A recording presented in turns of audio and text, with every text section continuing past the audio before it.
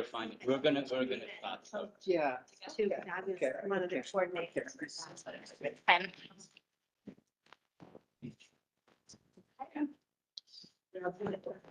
Yes.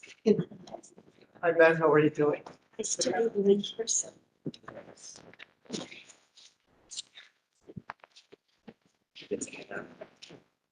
Yeah, but it's quiet in the office. So that's G20 DG issues. Dear delegates, it's a pleasure to welcome you to this side event to the 59th session of the Human Rights Council, both here in the room and online.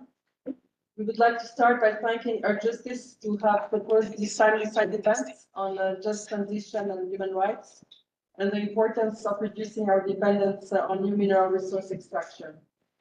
This event launches the second edition of the Geneva Rights and Climate Talks, organized in the margins of the Council, harnessing the opportunity of this moment of the year when the UN Special Rapporteur on Human Rights and Climate Change reports to the Council to reflect on the challenges posed by the impacts of climate change and the interconnected human rights implications. The talks are also an opportunity to discuss how Geneva contributes to bringing together the actors working towards placing human rights at the heart of climate action. This event is also a part of the Geneva Dialogues on mineral and metal resources, aiming to encourage increased engagement of the international community in Geneva and beyond in the run-up to and in the margins of various global negotiations and conferences taking place this year, including the one that you are attending now at Palais des Nations. We were present at the last session of the Council discussing deep sea mining with the UN Special Rapporteur on the right to a healthy environment, and we will be back at the September session of the Council. Discussions on just transition are high on the agenda of the Council this week. It was the main focus of yesterday's annual panel discussion on the adverse effects of climate change on human rights. And we're also presenting the interactive dialogue with the UN Special Rapporteur on climate change on her last report to the Council. As we have heard, those who have contributed to the list to the crisis bear the brunt of its consequences. By integrating human rights principles into just transition processes, societies can build more inclusive and equitable pathways to sustainable development. In this session, we will focus on mineral resources and circular economy models that reduce our dependence on new minerals. So without further delay, let me give the floor to the UN Special Rapporteur, Ms. Elisa Morgera, for an introduction to a human rights-based just transition. Madam Special Rapporteur, you have the floor. Yeah, thank you so much for being here. This is a really crucial conversation. And in fact, since I think almost the first day of when I started my mandate, I have received numerous testimonies of how the search for critical minerals is violating human rights in every single region of the world, in particular on indigenous territories, and representing yet another wave of very well-known and preventable violations of indigenous peoples' human rights, in the context of them being already one of the most affected by climate change and still dealing with legacies and current uses of their territories in violations of the human rights over generations.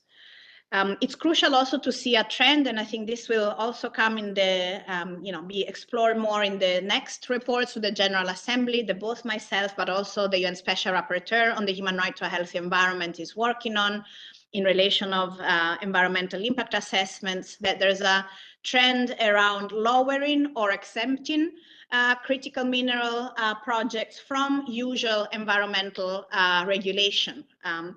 And this is, on the surface, a response to the urgency of the just transition, but in fact is deeply problematic, because by skipping those full life cycle assessments of critical mineral mining, not only we risk aggravating the other planetary crises, be that biodiversity loss, toxic pollution, harming everyone's human rights, be that to water, to food, to a healthy environment, But also we might miss important data to understand whether our efforts are actually contributing to climate change mitigation or are in fact maybe in and of themselves still contributing to a rise of greenhouse gas emissions.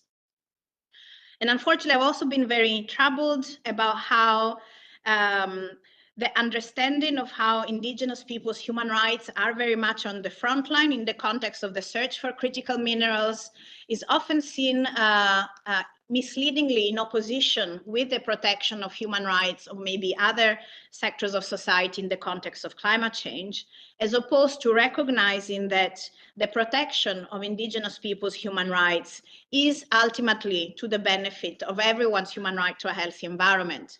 That by destroying their territories, by not recognizing the relevance of their knowledge, in fact, even undermining the very conditions for the existence and evolution and transmission of indigenous science, we as a global society are harming critical evidence base for all of us to take the most effective climate action in the context of a deeper understanding of planetary health and the many interactions with human health. I think in addition to that, my work this year, sharing here at the Human Rights Council, my report on defossilization also added further layers, I think, of crucial understanding in while we want to advance our transition and for it to be just and to be effective in the current decade, not lose sight or be not sufficiently attentive to how the search for critical minerals hides the same current economic models who have brought climate change to us in the first place, and they may keep us in a worsening crisis. And so there's two elements that I have already teased out in my current report on defossilization that I think are essential for our conversation on critical minerals. First of all, it's around fossil fuel lock-in. And so while we are transitioning away from fossil fuels and we're going into critical minerals as a way to support our efforts to develop renewable energy, there are indications, including lived experiences and testimonies showing how we are still relying on fossil fuels in that transition. We are relying on coal-fired power plants to recycle critical minerals. We are relying on a growing amount of plastics in the context of renewables materials or electric vehicles. And so in a way, what on the surface looks like we are transitioning away, in fact, we're still entangled in very maybe less visible forms of continued, if not growing, fossil fuel production and use. The second dimension is about our energy needs and energy needs projections. We are all familiar, I'm sure, in this room with the projections about how many critical minerals we need to support the just transition. Those amounts are staggering. And I think they need to be questioned because, again, whose needs are those critical minerals and the energy serving? Are they serving a transition and a changing of our economic models towards a system that is aligned with planetary health that will help us to effectively tackle the planetary crisis we face? Are those economic systems that help with economic inequality, which is the root causes of the planetary crisis we're facing? Or are those projections and those energy needs feed into the very same economic model that has brought us climate change? And again, it's really important to understand, again, some more deeper connections between the fossil fuel sector and other sectors. And so we need to understand, is the car manufacturing sector, which is, again, very much reliant on critical minerals in the production of electric vehicles, is that also the plan, are these projections aligned with an economic model that will not only mitigate climate change, but set us overall on a healthier path that is aligned with planetary boundaries and planetary health and supports human health and well-being, or is it not? And are there other interests? So one thing I am increasingly concerned, and I will need to look much more in detail, but I do mention as a placeholder in the defossilization report, is, of course, the exponential growth of data centers and our reliance on AI.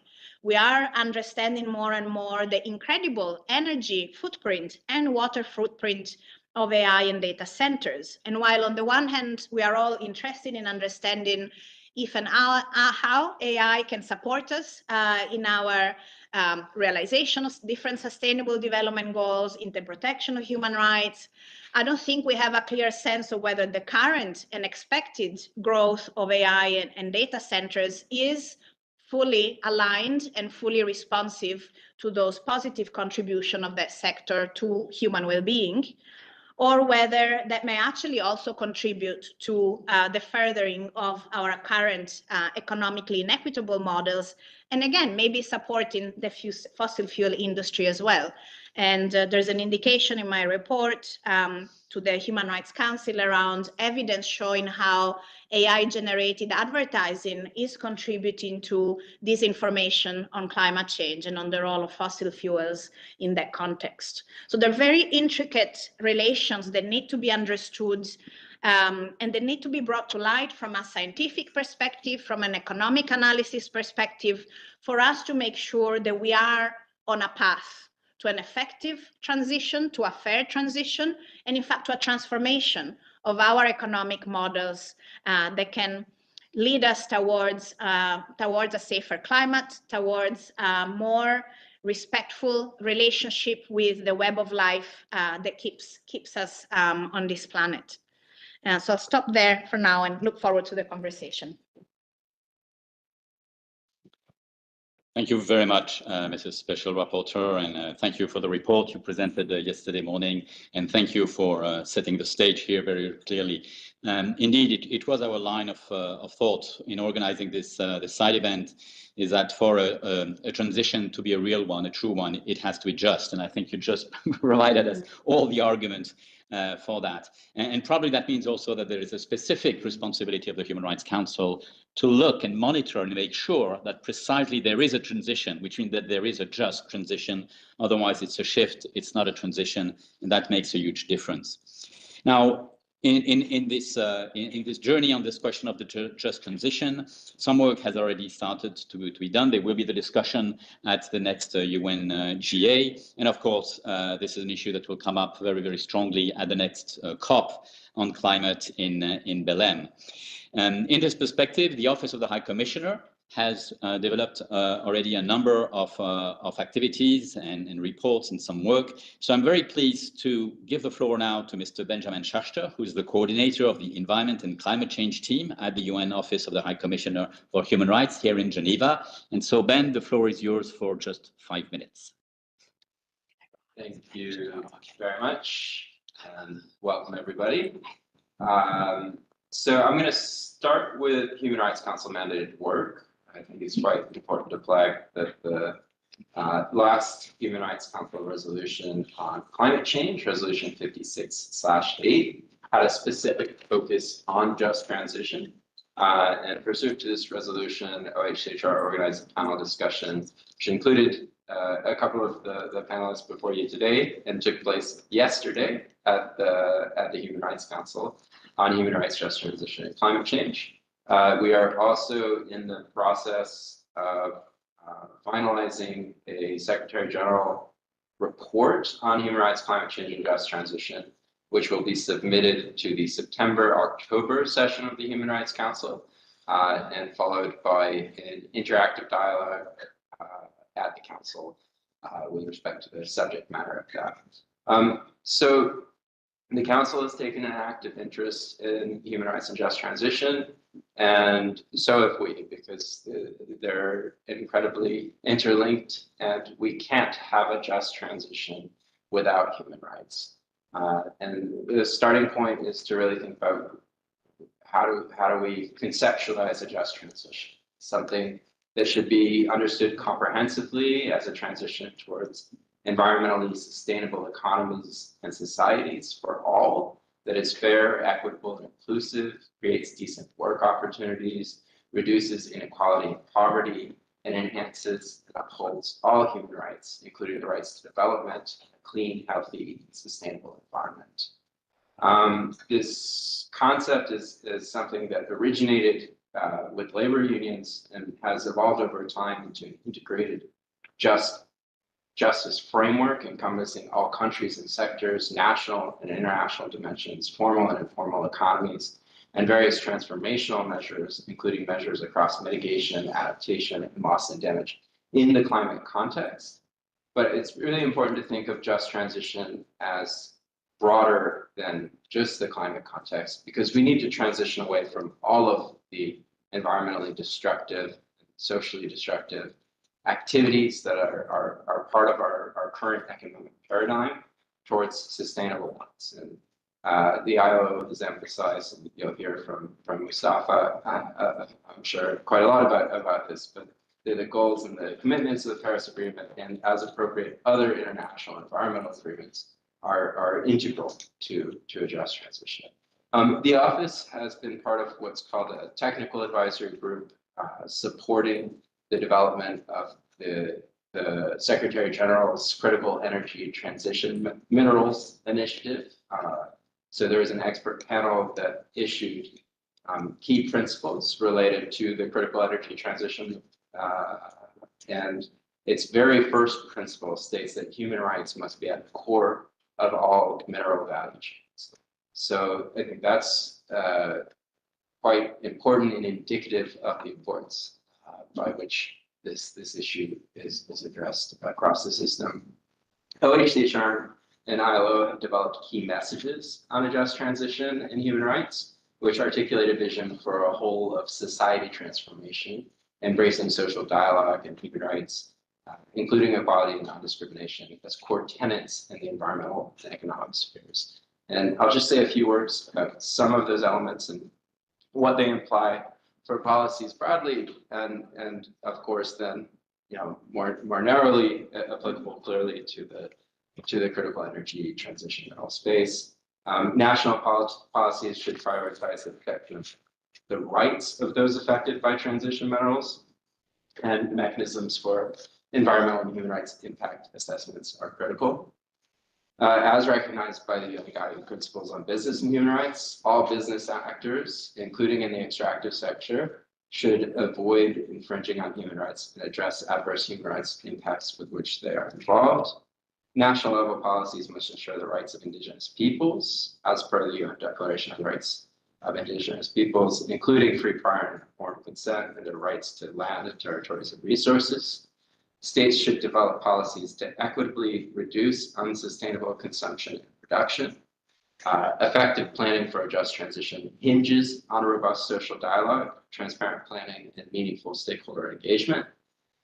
Impunity for the attacks and persecution of environmental human rights defenders must be stopped, and this is particularly important in the extractive sector. And just transition must also be gender transformed. We're working to work and collaborate with states to provide guidance and support in aligning transition policies with human rights obligations. And I'll just cite two quick examples, and I'm sure I'm probably out of time already, but just to flag the plastic negotiations. We'll have the next set of negotiations here in Geneva from 4 to 12 August. There is currently a section on just transition, which also includes references to human rights. And it's quite important that we think about how do we shift from an industry that is causing widespread environmental harm to alternatives in a way that doesn't impact people's lives. That's part of the just transition. And then the climate negotiations. So I've just returned from Bonn at the end of last week, where they're discussing the just transition work program and hopefully going to adopt a just transition work program in Belém at towards the end of this year at COP30 in Brazil. And there is an active and ongoing discussion about the extent to which human rights will be reflected in that decision, as well as the strength of the mechanism or processes or activities that decision will mandate in terms of supporting work on just transition under the Paris Agreement and the UN Framework Convention on Climate Change. So it's quite important that in these spaces, that coherent vision of a just transition grounded in human rights is advanced, and that we're not just here, at the council talking about just transition as a human rights issue, but that we're actually ensuring that understanding across the different environments. Thank you. Thank you very much, Ben. I was keeping my eye on the watch, so no, it's really fine. And thank you very much for presenting the work that has been done in the framework of your office and more larger in the UN in general. Let me also just apologize. I was so much taken by the introduction by the special rapporteur that I forgot to introduce myself. So my name is Yves Lador, and I represent Truth Justice here at the UN, and I have really the privilege of moderating this discussion. And now to turn to the next speaker. So Mustafa Kamal Ghai, you're director of the Priority Action Program on Just Transitions at the International Labour Organization. We very often forget that the notion itself of just transition was first put forward by the labour movement. And it has, and I remember very well the negotiations for the Paris Agreement, that's what you find in the preamble of the Paris Agreement, a clear reference to just transition of the workforce. In the discussion as it has developed, the workforce has been a bit shadowed by quite a number of other issues linked to just transition. But still, it remains very, very fundamental questions in this notion. So how does the ILO deal with it? What is your approach that you're developing in this field at the ILO? Mustafa, thank you very much for being with us, and the floor is yours for 5 minutes. Thank you very much, Mr. Moderator. The UN Secretary General has said last year, when he launched the report of the UN panel on critical energy transition minerals, and I quote him, "A world powered by renewables is a world hungry for critical minerals." I think this sets the context, and that brings me to the question we are addressing in this panel. How do we reduce the dependence on mining with all the social and economic environmental consequences, but taking a reality check that what's likely to happen is that the demand for such minerals is going to grow over time, not reduce.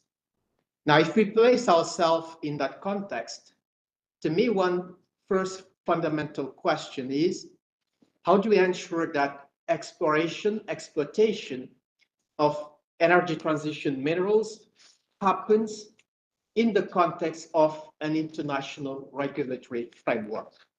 And I think that was the intention of the Secretary General by bringing together experts from governments, other parts of society, business, civil society, to provide those guiding principles on the panel.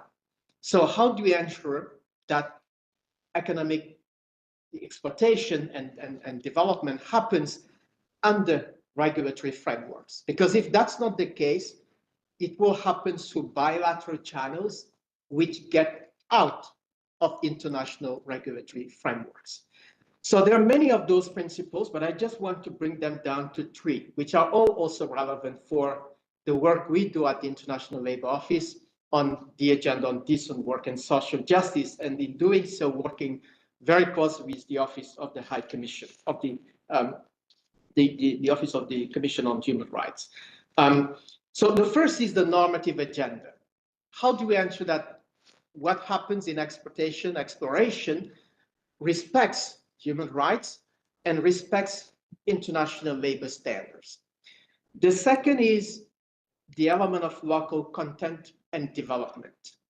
All the countries which have these resources on their land today, whether they're in Africa, in Latin America, in the Caribbean, in Asia, they want to move from a situation where they used to be simple providers of raw materials to having value added, local economic development, enterprise development, and be part of productive supply chains. So that's the second element. And for that, there are issues of enterprise development, skills development, and employment policies. And the third is about trade and investments. There's going to be a lot of investment going in this area. How do we ensure that there is a responsible business conduct in that process? Now, from that perspective, we in the ILO are engaging this prospect from the normative side first. There are many concerns that if uncontrolled, the way critical minerals will be developed will further exacerbate the deficit we have in the world of work. And there are many of them, which is about child labor. We all know this mining industry is one where there is a very strong prevalence of child labor. The issue of forced labor is very present in this industry. A lot of issues of gender equality and inclusion, and poor working conditions. If you go to mining sites, whether for traditional mining or critical minerals, we find that a lot of it in the regions of the work where we work in Africa and elsewhere is dominated by the informal economy. Very poor working conditions, not respecting rights on occupational safety and health. So with all of this, the normative agenda for us is first the fundamental principles and rights at work. And they come to the freedom of association, that an effective recognition of the right to collective bargaining for workers in this industry, the elimination of all forms of forced and compulsory labor, the effective abolition of child labor, the elimination of discrimination in respect of employment and occupation, and finally, the last fundamental principle and right at work, which is safe and healthy working environment. So how do we make sure that these fundamental principles actually find effective application is very important. And then the second element is the developmental agenda. In many countries where we work, there is a lot of demand for formalization. And this year, the International Labour Conference that met here at the Palais about 2 weeks ago had a general discussion on the transition from informality to formalization. And what we're discussing here was an important element of that. Now, I end by on the regulatory framework when it comes to the sustainability agenda. 2 years ago, the International Labour Conference held here a general discussion on a just transition. It resulted in a very important set of conclusions and a resolution with very important elements that could be useful in this process. So first of all, there must be promotion of decent work in this ecological transition. Second, there is a recognition that there's going to be displacement in communities, negative impacts that affect indigenous and tribal communities. So how do you make sure that the Convention 169 is applied in this context, and what needs to happen in the supply chain? So I would encourage us to go back to the ILO guidelines for a just transition, which were adopted in 2015, but importantly, which the conference here 2 years ago endorsed as an important guiding framework, and the Secretary General has referred to it in his report under the UN panel. But just ending by saying that, you know, this is a very politically important agenda. You have followed discussions going on lately between the Democratic Republic of Congo and Rwanda. So the whole question is, how do we ensure that everything remains under international regulatory frameworks? Because if they get out of that space, then it will be very challenging for us in the normative agencies to get application of human rights and labor rights, which are very important in this context. So thank you.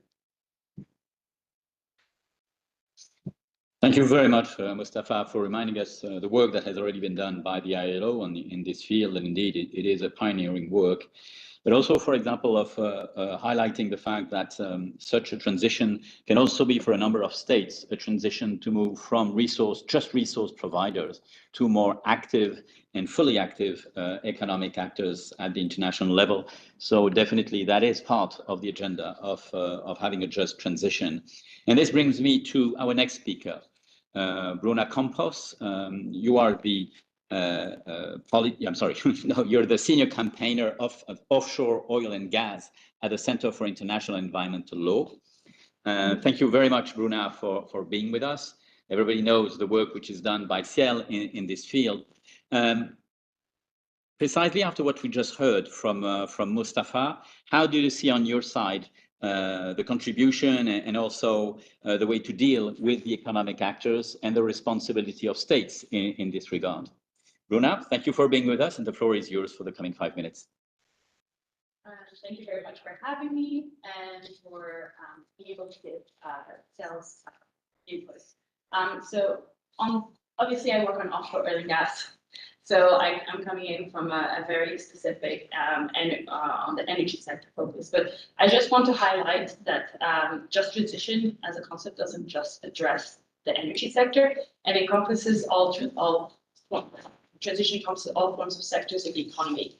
Although my focus today will be on the energy sector, I just wanted to point it out as just one component of the transitioning out of the oil and gas industry.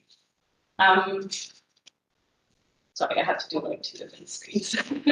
So there's, at the moment, one of the things that we want to highlight first and foremost is that the ongoing expansion of the offshore oil and gas.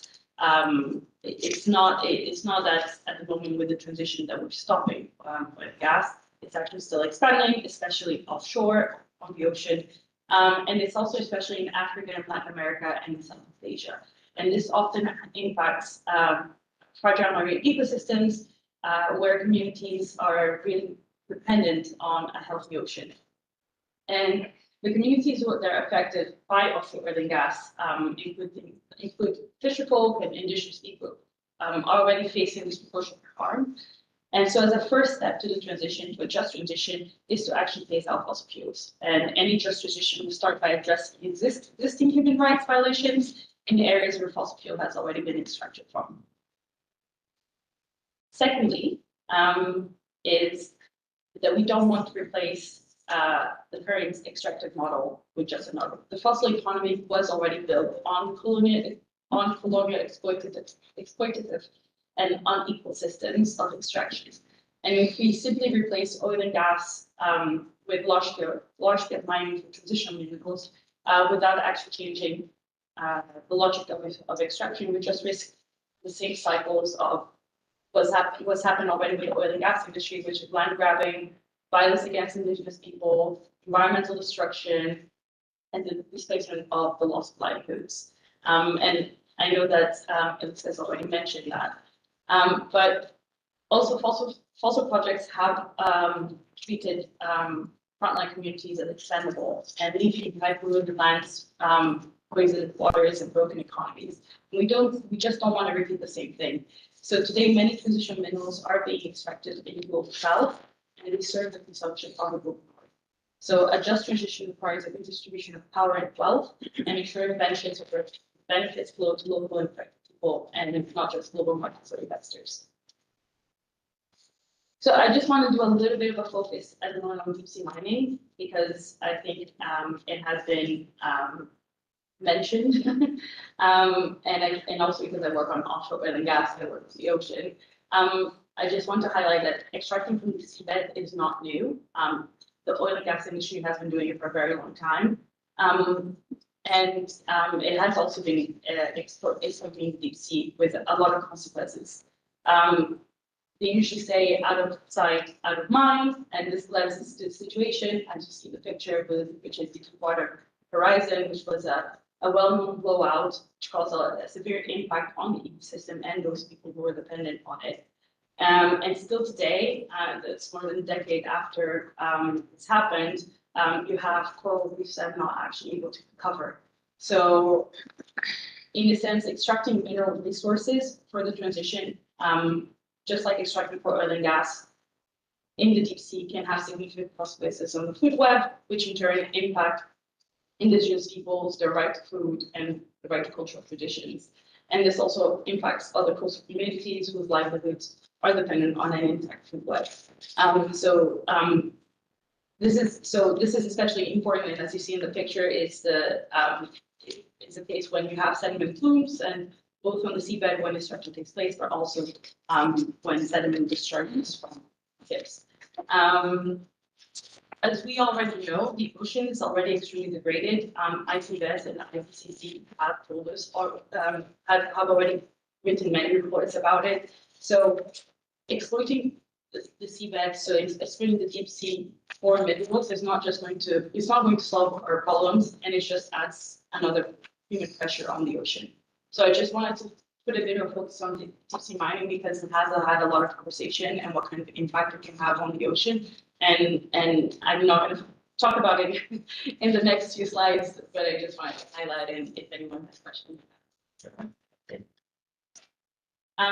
So what does it actually mean? And I know that it has already been mentioned before, but one of the things is that the future energy systems need to change. And I just want to highlight again, this is just on the energy sector. There's the transition needs to happen beyond just the energy sector. But a human rights-based just transitions means replacing, doesn't just mean replacing fossil fuels with minerals. It means also transforming how we produce, how we distribute, and how we use energy, and ensuring that it aligns with people in the planet. And this means, and I have 4 bullet points there. This means having an energy efficient system, energy system, which is equitable way to reduce, this is the most equitable way to reduce emissions, and it brings also full benefits, such as lower energy bills and cleaner air. The next point is also making our economies more circular and reducing the demand for new extraction, whether that's from oil and gas or transition minerals. And this would also mean more investments that are being made for designing products and that are durable, that can be reused and can be recycled, and establishing mandatory recycling targets, right to repair law, and creating closed-loop supply chains. So there's many things that can be done by improving circular economy. The other thing that's really important that Alice persuades me in the energy conversation is making the energy system more smarter, decentralized, and people-centered. And this actually means our energy grid to be transformed. At the moment, we have a very centralized energy grid in Europe, and it makes it really difficult to actually decentralize. And this would allow real-time monitoring and integration of renewables, microgrids, grid communities also need to be developed, especially in rural areas. And there's also needs to be more local ownership of energy, and also more participatory energy governance. And lastly, we need to also reduce the energy consumption, which I think it's already been mentioned, but we can't just keep going with the amount of consumption of energy that we have. It actually needs to be reduced. In terms of sort of actually having a human rights-based approach to the transition, this is actually one of the biggest failures of the oil and gas industry. And I have just a couple of slides, but I'll try not to stay because I'm running out of time. But one of the biggest things that decisions have to be made without the prior and informed consent of affected people. It's already been mentioned, and a just transition must therefore be democratic and fair and with human rights. And when we talk about free prior and informed consent, it means that if there is no consent, the project cannot actually go through. And this is often not taken into account. And so when we're dealing with in order to establish a free prior and informed consent, we actually need to see there's different key structures that need to be put in place. And so, for example, you need to have public participation, you need to have access to justice, you need to have rights to participate in public affairs, and you also need to have reparations and remedy. And I have many different examples, which I wanted to highlight, but I don't have the time, so you can ask questions afterwards. And the other thing that's also important is that we need to address the legacy harms. Oil and gas operations have already caused a lot of unmitigated harm from oil and gas flaring and seismic exploration and many other types of harms. And in order for us to actually achieve a human rights-based transition, we have to have accountability and remediation, support for economic justification, and reparations and redress. So the other last two things I also want to highlight is that governments must also integrate human rights in policies. And there's a lot of conversations right now on due diligence. And also environmental impact assessments, for example, is another way to do it. So but it's important that we use that governments are actually establishing this. So in the EU, we already have a corporate sustainability diligence directive. There's also Norway that has a transparency law, and also South Africa has a report, Innsbruck report, which is that's corporate. So this is the kind of thing that we can also build from to also ensure that there's actually just transition. And lastly, that I want to highlight is that we also need to enable communities to monitor and participate and ensure that there is accountability. And there's a lot of citizen science. I mean, there's a thing called, there's a network called the Stakeholder Democracy Network, who have been following the cleanup of the Olumi line in Nigeria. And as the cleanup is happening, they're being said as clean, but it's actually not being cleaned up, and they're actually monitoring and doing the testing. So this kind of participatory monitoring by the community needs to be enabled and happen so that you can actually check. I can actually check if things are actually happening.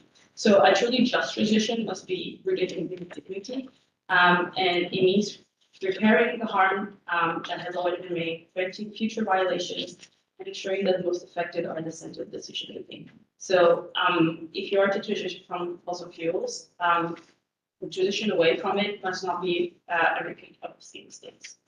Thank you. Thank you very much, Bruna, for this very complete and comprehensive presentation of how we introduce human rights principle and how do we operate them in a just transition framework. So now let me turn to Daniel Uribe. Daniel, you're the lead program officer at the South Center, the South being the intergovernmental organization which provides advices and assists countries of the South in the discussion, the negotiation at the international level. And precisely, you have to deal with this intersection between human rights and climate change in all of the work that you are doing. How do you evaluate the path we are on? How do you see countries from the South precisely defending their position in this context? Thank you for being with us, and the floor is yours for 5 minutes. Thank you very much, and thank you for the emphasis. 5 minutes. So I will not go back to what just transition means, because it has already been incorporated into the discussion of all the panelists. But I think that the Human Rights Council 59 session has been key checks the discourse. It has been clarified by a number of reports and also by the discussion itself. That now, when we are talking about climate action, when we are looking at just transition, we are just not talking about climate change itself. We are talking about environmental degradation and the nexus of environmental degradation and climate change with human rights. We are talking about how climate change and environmental degradation is actually increasing poverty and displacement, but we are also talking about the need to facilitate just transition. And I think those are paramount issues that we have to discuss at the Human Rights Council, meaning that the Human Rights Council is the key actor to actually support the efforts of the states. When we are looking at the just transition and particularly the framework of just transition, we are not just talking about a low carbon economy. We are actually looking at social justice. We are looking at how to increase environmental sustainability, but we are also talking particularly on how to catalyze the role of human rights as the foundational principle for the just transition, particularly by increasing inclusive processes, but also by supporting social justice, meaning being fair, being inclusive, and fair, and being equitable for all. So beyond what it was already mentioned about the protecting the rights of the workers, I think that there are 3 other elements which catalyze and are particularly important with regards to a just transition. One is promoting social dialogue. It implies encouraging and supporting mechanisms and platforms at the national level and the international level so that other actors can participate in the discussion of climate action, supporting this just transition and the energy transition. It also implies ensuring that there is an equitable distribution, not only on the benefits of energy transition, but particularly on the burdens that energy transition will create. So to avoid that vulnerable and historically marginalized communities will be the most affected by this energy transition. And finally, it also implies fostering community participation. This implies not only allowing communities to be part of this sharing of benefits, but also being part of decision-making processes. How they see how they consider the need for energy transition, and how this energy transition can be shaped with regards to their needs and priorities. So when we are talking about the evolution to see how it has actually been achieved or not, I see that there are different problems. And we need to talk about systemic reform. So we are going towards the idea that energy transition will have an effect on essential services, it will have an effect on inclusive trade, and will have an effect on private financing.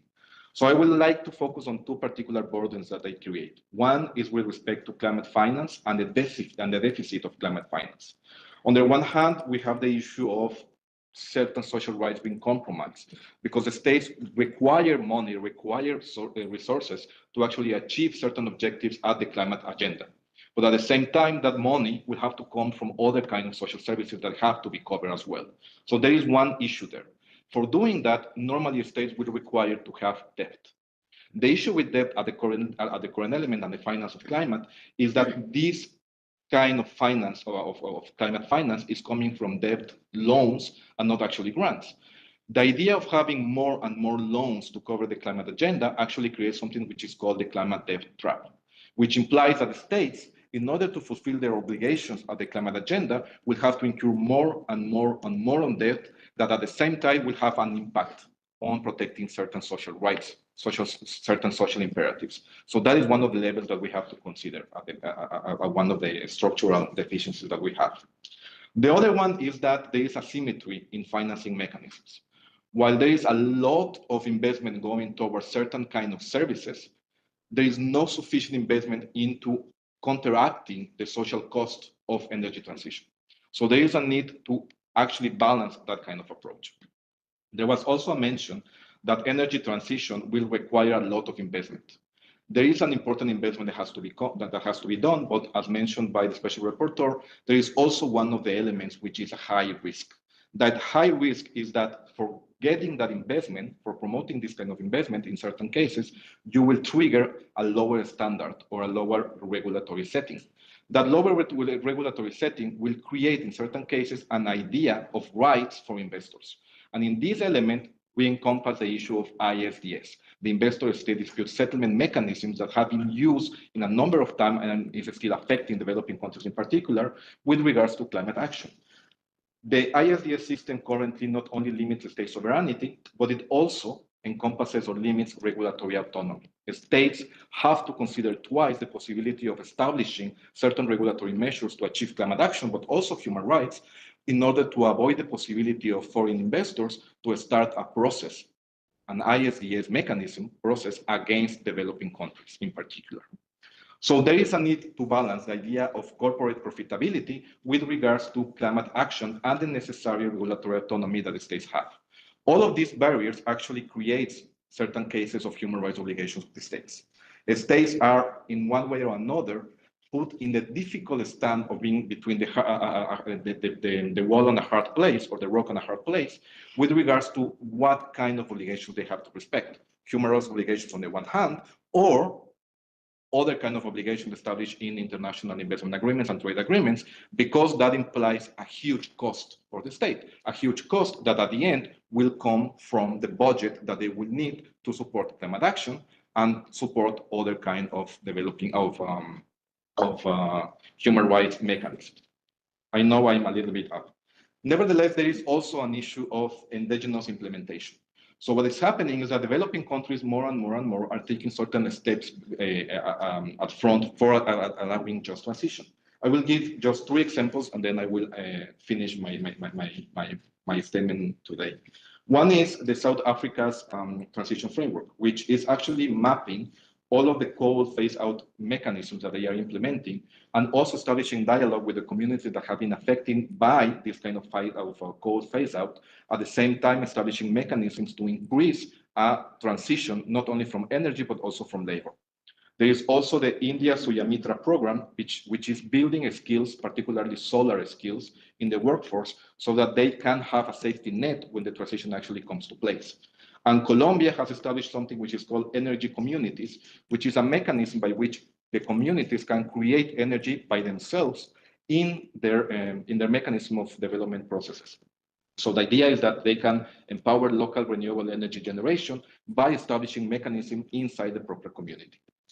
And finally, then we have to look at what is the systemic change that we were discussing. One is looking at the structural barriers, particularly considering the grant finance, the grant-based finance mechanisms that would allow climate finance. Secondly, is eliminating or at least curtailing the possibility of using IFDS systems in the just transition and energy transition. And finally, supporting local models, because these models will actually more or less respond to the local needs and local requirements. Thank you very much. Thank you very much, Daniel, for laying out here the kind of a reality check, but also challenges that we all have to face now when we talk about just transition. So let me now turn to our last speaker here on the podium before we hear a testimony directly from the ground, and we will finish on that. But let me turn to you now, Andrea. Andrea Carmen, you are the Executive Director of the International Indian Treaty Council, and we've heard already in the previous presentation more than once mentioned the impact that this new trend about minerals is having on indigenous peoples and their very fundamental rights. How do you see this, and what are the actions that indigenous people are taking and that your own organization is defending in the UN arenas? Thank you very much. Sure. Yes, I should have got my phone here. I hope I can stick to it. Just to remind us, as has been mentioned, that free, prior, and informed consent is the recognized minimum standard by the United Nations regarding development taking place on indigenous peoples' lands. And we remind everyone in this conversation that that is not only development like oil drilling and coal mining, but it's development being carried out in the name of climate mitigation, biological diversity conservation, etc.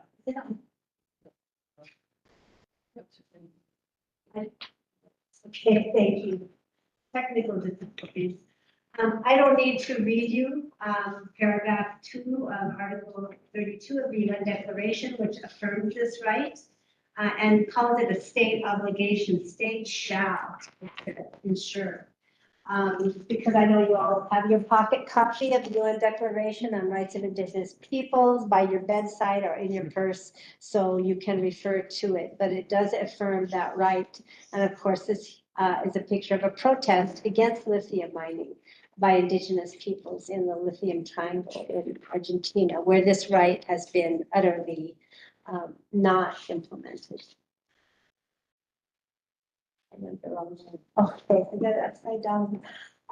Indigenous peoples have said, as others have implied as well, that for us, if the mining of what's called transition minerals is taking place in the same way that I heard it referred to here, traditional mining, uranium, coal, gas, etc., oil, in our territories without our free, prior, informed consent, it is certainly not just, and it is not a transition for us.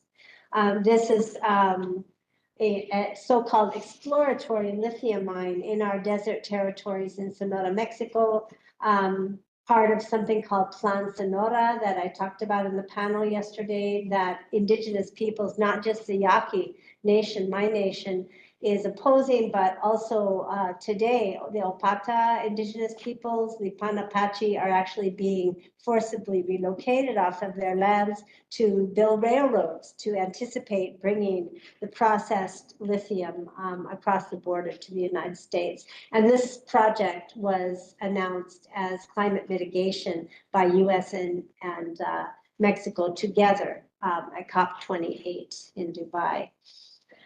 Free, prior, informed consent, and even consultation, and even any information whatsoever has not been provided to the impacted indigenous peoples. So it's certainly not just transition for us. I want to talk for a moment about the United States, because it's an example that I think hasn't been touched on. We talk about the global South, but I want to affirm that indigenous peoples in all regions are what you could call the global South in terms of our territories. Yesterday, the High Commissioner mentioned a statistic that we hear a lot, that more than half, I've heard 54% of transition minerals are located on or near indigenous peoples' territories.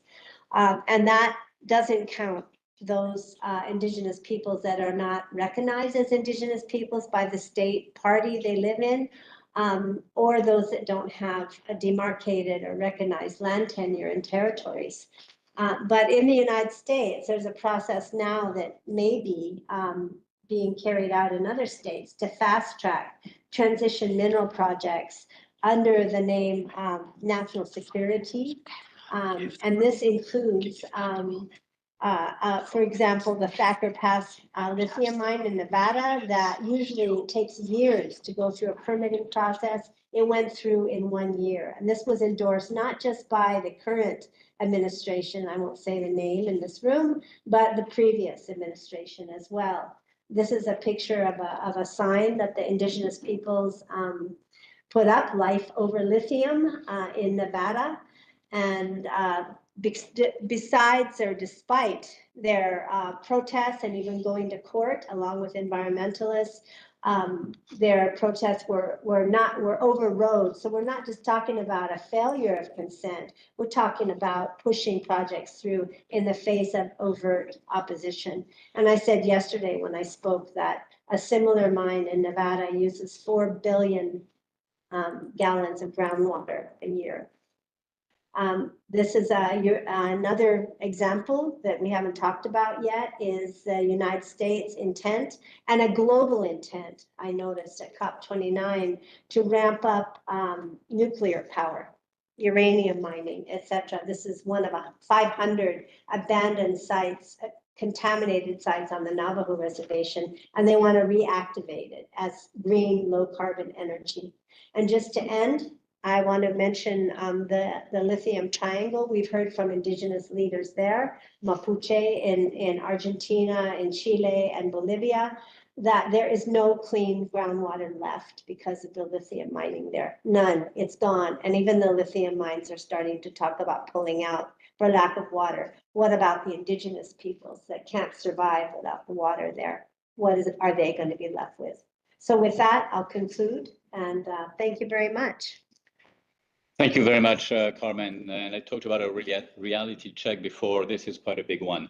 And in the continuation of what you have just presented, we are going now to hear a testimony coming directly from the field. And we will finish with this. Just before we see this, I just want also to mention that we have with us Jamel Dakwar, who's the director of the Human Rights Program at the American Civil Liberties Union, ACLU. Thank you very much for being with us. Actually, we won't have the time to hear you, but we will just see the example coming directly from the field in Argentina. And you're working on a very similar case in the United States. So we have here, unfortunately, very strong examples of what we would like not to see when we're talking about just transition. So let's hear the situation directly coming from the field. Mari, Incheta Gabriel Jufrepingen, Incheta Huerque, Organización Identidad Territorial Mar del Hueche, Mapu, actual Argentina, provincia de Mendoza. Es importante entender que en nombre de la transición energética, de la salida del uso de los combustibles fósiles, se está intentando una vez más avanzar con métodos extractivos que explotan y abusan de los recursos que la madre tierra, la naturaleza, nos brinda. Queremos contarles que no solo sufrimos un ataque directo hacia nuestro territorio, sino que como población estamos viviendo un acoso judicial, campañas de odio, estigmatización y persecución política, intentos de criminalización. ¿De qué se nos acusa? De querer seguir viviendo en nuestros territorios como siempre hemos vivido, mejorando nuestra calidad de vida, acercando nuestro mensaje y proponiendo vivir en una sociedad intercultural, plural, distributiva, igualitaria. El Trofim Mongen, el conjunto de las vidas en el Mapu, en el territorio mapuche, debe ser protegido. Ese es nuestro mandato, pero no solo para nosotros, sino para toda la sociedad, para todos aquellos que quieran vivir en este planeta. Desde ese Kimun, desde ese conocimiento ancestral, dirigimos nuestra palabra a ustedes. Es importante entender que no somos un problema, que somos parte de una gran solución.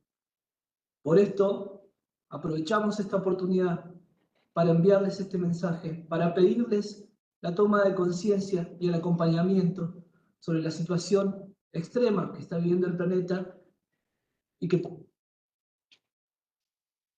So you will find the full presentation of the program on the website of the Geneva Environmental Network.